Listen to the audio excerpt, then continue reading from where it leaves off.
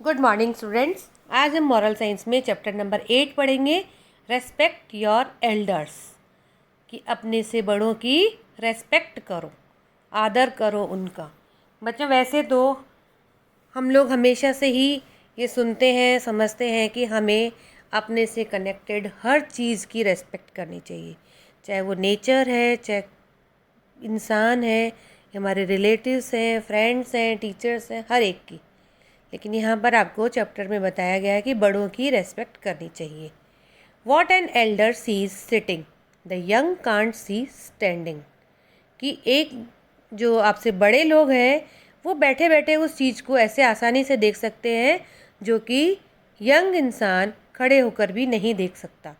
इसका सही मतलब क्या है कि बुज़ुर्गों के पास, बड़े लोगों के पास इतना एक्सपीरियंस होता है कि वो एक नज़र में ही सारी चीज़ों का अंदाज़ा लगा लेते हैं, जो कि एक यंग इंसान नहीं लगा पाता, क्योंकि उसके पास लाइफ का इतना एक्सपीरियंस नहीं होता है। इसके लर्निंग ऑब्जेक्टिव्स हैं, our elders have the wealth of experience which we can use in our lifes. हमारे बड़ों के पास इतना एक्सपीरियंस होता है जिसे हम अपनी लाइफ में यूज़ कर सकते हैं। We should always respect our elders and try to learn from them. हमें हमेशा अपने बड़ों का आदर करना चाहिए और उनसे सीखते रहना चाहिए। Our elders have seen the world more than we have. हमारे बुज़ुर्गों ने इस दुनिया को जितना देखा है उतना ही, मतलब हमसे ज़्यादा उन्होंने इस दुनिया को देखा है। Their experience can make our life simple and successful. और उनकी लाइफ का जो ये एक्सपीरियंस है वो हमारी लाइफ को बिल्कुल सिंपल बना सकता है और सक्सेस भी दिला सकता है। यानी अगर हमारे ऊपर कोई प्रॉब्लम आती है, हम किसी मुसीबत में उनसे सलाह लें तो हम अपनी प्रॉब्लम्स को आसानी से सॉल्व कर सकते हैं। Those who respect their elders and learn from them are able to handle their difficulties efficiently. जो अपने बड़ों की रेस्पेक्ट करते हैं, उनसे सीखते हैं, तो अपनी मुसीबतों के समय का सामना वो अच्छी तरह से कर सकते हैं। ये आप अपनी लाइफ में इस चीज़ का एक्सपीरियंस करते ही होंगे कि जब आप अपने किसी भी दिक्कत में होते हैं, आप अपने घर में किसी की भी हेल्प लेते हो, तो उस चीज़ से आप कितना आसानी से पार हो जाते हो, यानी कितना रिलैक्स फील करते हो जब आप अपनी प्रॉब्लम्स को अपने बड़ों के साथ शेयर करते हो। इसे बहुत ही अच्छी स्टोरी के थ्रू समझाया गया है, ध्यान से सुनिए। Young Rohit always treated his mother badly. He often shouted at her and insulted her without ever thinking how sad he made his mother by his behavior. एक बच्चे की कहानी बताइए जिसका नाम था रोहित। वो हमेशा अपनी मम्मी से बहुत ही बुरा व्यवहार करता था, हमेशा अपनी मम्मी के ऊपर चिल्लाता, उनकी इंसल्ट करता, कभी भी यह नहीं सोचता था कि वह अपनी मम्मी को कितना दुखी करता है अपने इस बिहेवियर से। One day, Rohit found himself sitting alone in a big wooden block floating on a river. एक दिन रोहित ने देखा कि वह एक बड़े से लकड़ी के तख्ते पर बैठा हुआ है जो कि एक नदी में तैर रहा है। This block was holding 4 huge wooden pillars that rose up to the sky. उस लकड़ी के तख्ते पर 4 बड़े से पिल्लर थे, वो इतने ऊंचे थे ऐसा लग रहा था जैसे आसमान को छू रहे हैं। As if keeping the sky in its place so that it does not fall on the earth. ऐसा लग रहा था कि उन्होंने आसमान को जैसे उस जगह पे पकड़ रखा है जिससे कि वो धरती पर ना गिर सके। Rohit was alone. रोहित अकेला था। एंड पजल्ड, आश्चर्यचकित भी था। He did not know what he was doing here. वह नहीं जानता था कि वह यहाँ क्या कर रहा है। But the place scared him. लेकिन उस जगह से वो डर गया। There was something eerie about the whole setup. यहाँ पर कुछ जैसे गड़बड़ थी जो पूरे उस सेटअप में कुछ न कुछ उसे गलत लग रहा था। सडनली ही saw that 10 young man appeared on the wooden block with axes in their hands. अचानक से उसने देखा कि 10 लोग आए और उनके हाथों में कुल्हाड़ी थी। Minutes later, they were all striking their axes on the wood and chipping small pieces away. कुछ ही मिनटों में वे सब अपनी अपनी कुल्हाड़ी से उस लकड़ी को काटने लगे और उसके छोटे छोटे टुकड़े निकालकर फेंकने लगे। Scared that they would break the wooden block and make the 4 huge pillars come crashing down, Rohit jumped on these people and tried to stop them. इस बात से वो डर गया कि अगर ये लकड़ी टूट गई और ये जो चारों पिल्लर है नीचे गिर गए तो उसने इस डर से रोहित ने जंप करके उन लोगों पर उन्हें रोकने की कोशिश की। But they were not willing to stop, लेकिन वे रुक नहीं रहे थे। So to save the pillars from falling, Rohit had to physically fight with them and push them all one by one into the river. लेकिन वो जब रुक नहीं रहे थे तो उन पिलर्स को बचाने के लिए, गिरने से बचाने के लिए रोहित ने क्या किया, उनसे लड़ाई करनी शुरू कर दी और एक एक करके उन सबको नदी में गिरा दिया। He succeeded somehow but now he was more puzzled by all that he had seen. वह इस बात में किसी तरह से सफल तो हो गया, लेकिन अब वह आश्चर्यचकित हो गया था ये क्या उसने देखा। Sad and petrified, Rohit sat in a corner and started wondering where he was and why he had been sent here.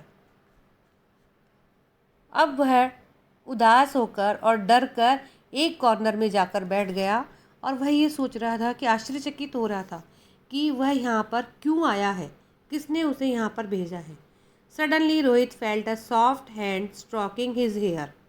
When he raised his head, he saw a very beautiful fairy standing in front of him. अचानक रोहित को अपने बालों में एक soft hand से कोमल हाथ का स्पर्श महसूस हुआ। उसने जब अपना सिर उठाकर ऊपर देखा तो उसने देखा एक परी उसके सामने खड़ी हुई थी।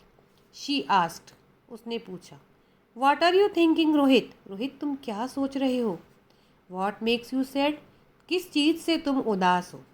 आई don't know where I am and what I am doing here. मैं नहीं जानता कि मैं कहाँ हूँ और मैं यहाँ क्या कर रहा हूँ। The last thing I remember about the time before landing here is that I quarrelled with my mother. मुझे आखिरी वो बात याद है कि जब मैं यहाँ पर था इससे पहले मैं अपनी मम्मी से लड़ रहा था। And went to my room, और मैं अपने कमरे में चला गया था। And here I am sitting on this wood that is floating on water, और अब मैं इस लकड़ी पर बैठा हूँ जो कि इस पानी में तैर रही है। I have had to fight with people to stop them from breaking this wooden plank. मैंने कुछ लोगों को इस लकड़ी को तोड़ने के से रोकने के लिए उनसे लड़ाई भी की। If it breaks this huge pillars will collapse and if the pillar collapse the sky will fall on me. I am scared, Rohit said.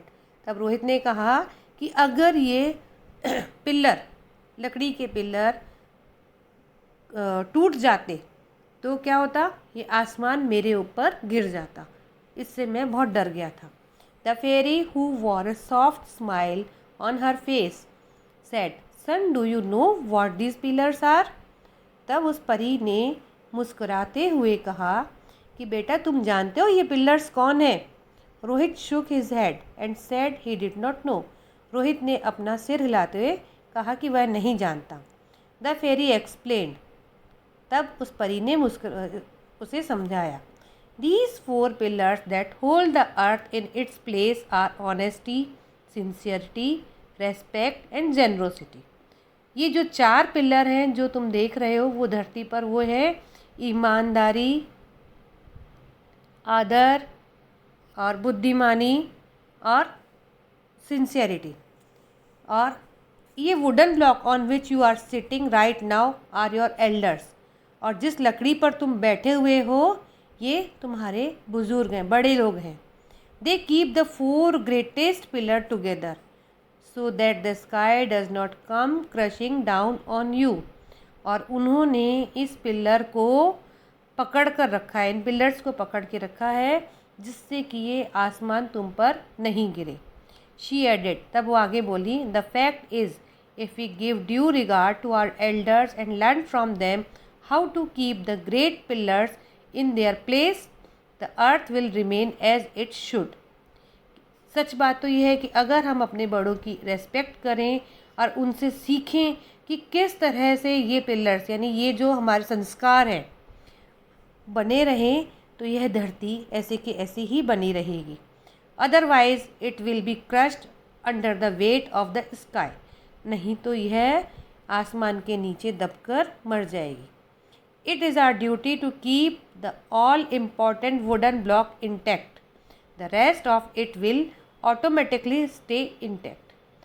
तो यह हमारी ड्यूटी है, हमारा कर्तव्य है कि हम इन पिलर्स को यानी हमारे जो संस्कार हैं उनको संभाल कर रखें जिससे कि यह हमेशा बने रहें। After speaking these words the fairy vanished, और ये शब्द बोलकर परी गायब हो गई। When Rohit looked up he saw he was back in his room, तब रोहित ने देखा कि वह तो अपने कमरे में था, इन हिज बेड, और अपने बेड पर था।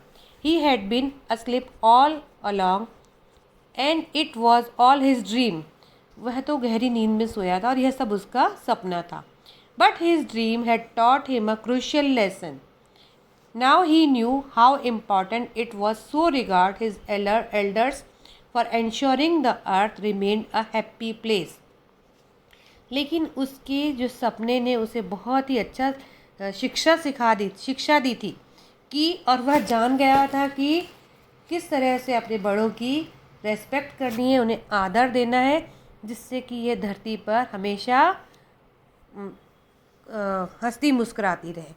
बच्चों, आज हमारे जो बड़े लोग हैं, बुज़ुर्ग हैं, हमारे परिवार के लोग हैं, हमारे टीचर्स हैं, वो हमें क्या संस्कार देते हैं कि हमेशा अच्छी अच्छी बातें सिखाते हैं, और यही संस्कार उन्हें उनके पेरेंट्स ने दिए थे। तो क्या है, पीढ़ी दर पीढ़ी चलते आ रहे हैं। अगर हम उनको नहीं मानेंगे तो आगे आने वाली पीढ़ी को हम कुछ नहीं दे सकते। इससे क्या होगा, दुनिया में धीरे धीरे करके बुराइयां आती जाएंगी और ये दुनिया ख़त्म हो जाएगी। इस चैप्टर के थ्रू आपको यही समझाया गया है कि जो बड़ों से हमें संस्कार मिलते हैं, अच्छी सीखें मिलती हैं, उन्हें हमें अपनी लाइफ में अप्लाई करना है और आगे बढ़ाते रहना है। तभी ये दुनिया जो है ये बहुत ही खुशनुमा दुनिया बन सकेगी। Okay, thank you.